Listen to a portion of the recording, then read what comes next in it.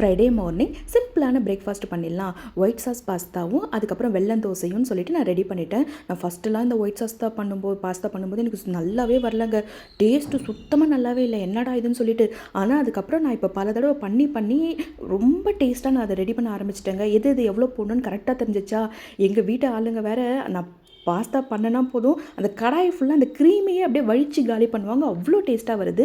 சரி, மதியம் அந்த டைமுக்கு சூடாக சாதம் வடிச்சிக்கலாம், காலையிலேயே நம்ம ஏதாவது பொரியல் பண்ணிடலாம்னு சொல்லிட்டு காராமணி ஊற வச்சுருந்தேன்னா, ஸோ கத்திரிக்காய் காராமணி ரெண்டுத்தையும் போட்டு பொரியல் பண்ணிட்டோம்னா மதியம் நம்ம தயிரோ ரசமோ சாம்பாரோ ஏதாவது ஒன்று பண்ணால் போதும், அதோட வச்சு அட்ஜஸ்ட் பண்ணிடலான்னு சொல்லிட்டு நான் லாஸ்ட் இயர் எங்கள் அண்ணன் வீட்டுக்கு போயிருந்தேங்க சம்மர் டைமில். அப்போ எங்கள் அண்ணன் வந்து முத்துக்குமார் சார் அணிலாட மூன்றில் புக்கு வாங்கி வச்சுருந்தாங்க.